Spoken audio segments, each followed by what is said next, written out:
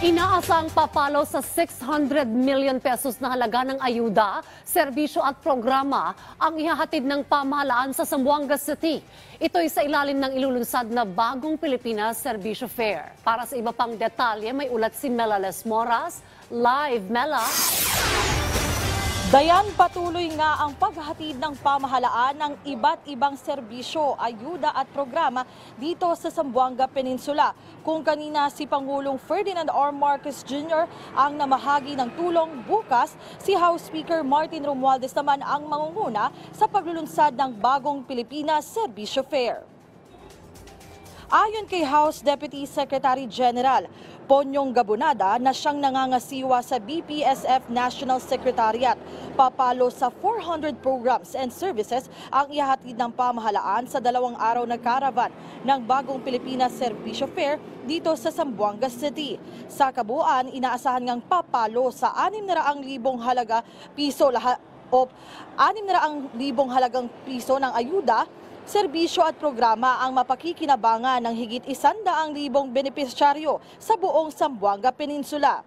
Bago yan, una na rin ngang naghatid ng ayuda rito kanina para sa mga magsasaka at mangingisda si Pangulong Ferdinand R. Marcos Jr.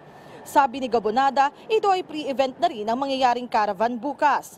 Kahapon idinaos na ang final coordination meeting para sa proyekto kung saan nakilahok ang mga kinatawan ng iba't ibang ahensya ng gobyerno.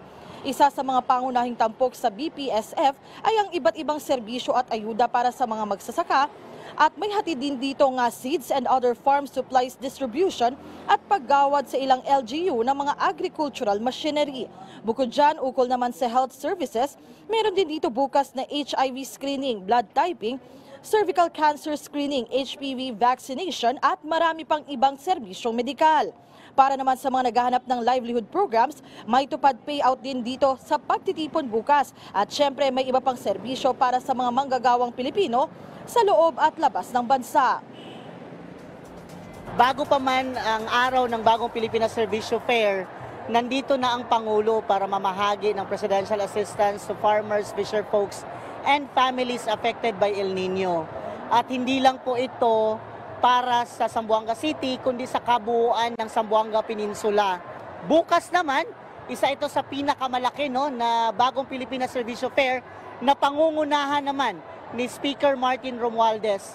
Around 600 million worth of programs and services, 250 million cash ang iikot sa ekonomiya ng Zamboanga City bukas at 49 participating agencies and 400 programs and services ang babagsak dito sa sa syudad ng Zamboanga.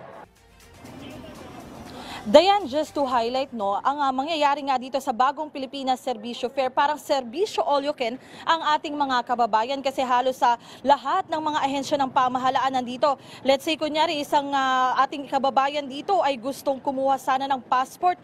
Meron ditong available services at pwede rin naman kung gusto rin nilang kumuha ng driver's license, available yan dito. Kaya talaga nga sinasabi nga ng ating mga otoridad, sulitin itong gaganapin ngang Bagong Pilipinas Serbisyo Fair dahil hatid yan ng pamahalaan para sa ating mga kababayan. Dayan? Maganda yan na inilalapit sa ating mga kababayan ng programa ng gobyerno. Maraming salamat, Mela Lesmoras.